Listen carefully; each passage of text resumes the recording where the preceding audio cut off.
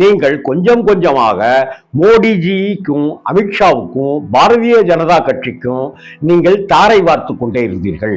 அப்படி தாரை வார்த்து துரோகம் செய்த பலனை அன்னைக்கு ஓபிஎஸ் இன்னைக்கு அனுபவிச்சிட்டார். அந்த ஓபிஎஸ் இன்னைக்கு அனுபவிச்சிட்டார்.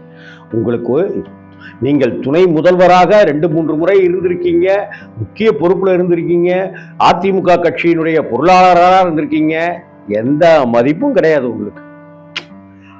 அப்படிப்பட்ட சூழ்நிலையில பொறுத்தது போதும் மனோகரா பொங்கி எழு அப்படிங்கிற மாதிரி நம்ம ஓபிஎஸ் அண்ணன் பொங்கி எழுந்து உடனடியாக லெட்டரை டைப் பண்ண சொல்லி உடனடியாக மோடிஜிக்கு அனுப்பிச்சு தன்னுடைய ட்விட்டர் பக்கத்திலையும் தன்னுடைய சமூக வலைதளங்கள் பக்கங்கள்லையும் மொத்த சமூக வலைதளங்களையும் இந்த கண்டன அறிக்கையை பரப்புறாரு. கல்விக்கு நிதி கொடுங்கள் அப்படின்னு.